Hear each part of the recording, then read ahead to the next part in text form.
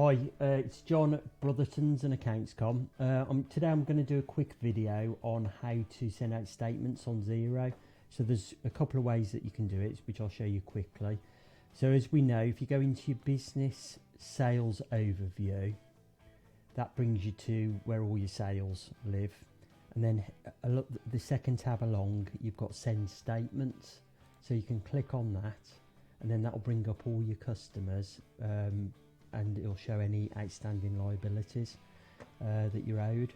Now, before you do this, obviously you've got to make sure that your bank is fully up to date and fully reconciled, because you don't want to be chasing monies that aren't owed, that have actually been paid and that you've already should have cleared through your bank. So you need to bring that up to date.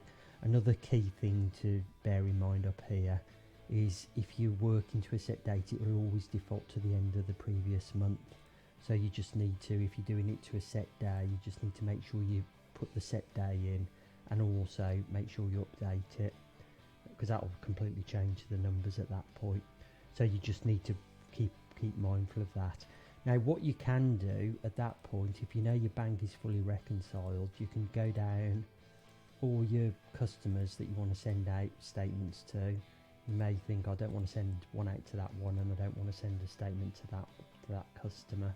And then at that point you can send statements from there. So we can either print or email. So if we went email, that would then ask us, in here we haven't got any email addresses, so it's asking us to put the email addresses in. You can then pick your template for your email and send them all together.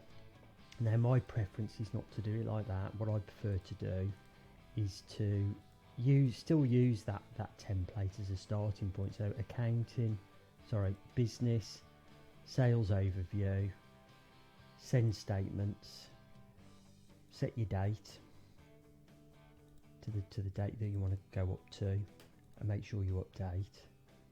And then at that point we can go into each one individually, because it doesn't take that much longer, but you can go in and look at each one individually. So you can click on that customer, and then it gives us the option up here. Then we can either pick activity between two dates, or we can just show outstanding. And if you update that there, that'll just show the outstanding invoices. So you've got a choice then between one or two options.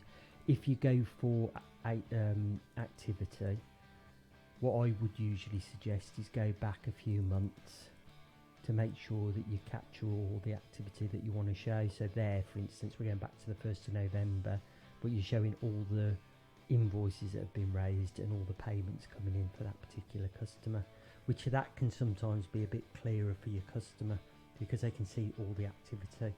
And you want to start arguably with a zero figure there, so they can see all the activity that's going on in their account.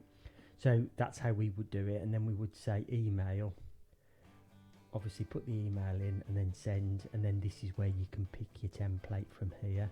So you know, we've done a separate video on that, on email template, so that's worth having a look at. Or we can print it off. Sometimes we suggest printing it off, so it just opens up at the bottom of the screen there, so you can have a look and just make sure it's how you want it to read before you send it. And then at that point you can either print it off and post it, or email it to them. So that's how I would suggest doing it. So you going into your business sales overview, send statements,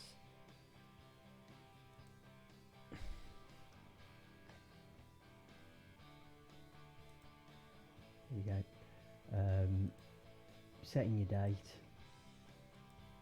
to the date you want to go up to after you've done your bank rec. This is clicking on a particular customer, and then picking and choosing whether it's outstanding at a set date, update, or activity between two set dates.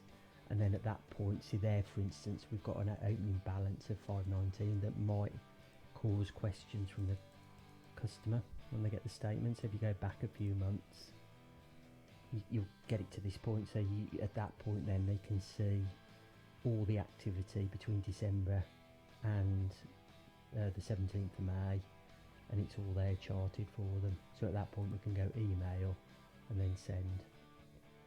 Okay, you can get to that also just if you go into either contact. So if we were looking for city limousines, we can go up here and do a search in here for city limousines. It brings up there, you can click on those little blue hyperlinks actually if you're already on an invoice or similar. So there it takes you through to the activity. You can also get to that screen by send statements there, so you can do it 2 options, and then that brings you through to the same screen. Okay, so that's pretty much how we would do statements in XERO. So hopefully that's been useful, and yeah, I'll see you next time. Thank you.